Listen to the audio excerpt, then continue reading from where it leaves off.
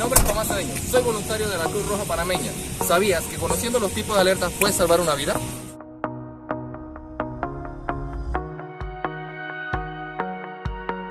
Este tono es el largo. Da aviso de la presencia de la ambulancia en carreteras abiertas y avenidas.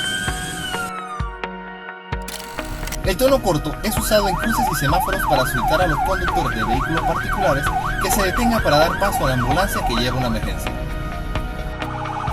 El tono intermitente es utilizado para cuando hay tráfico denso o hay muchos carros en la vía y necesita dar paso a la ambulancia.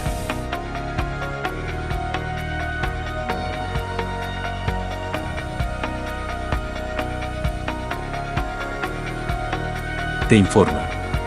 Cruz Roja Panameña.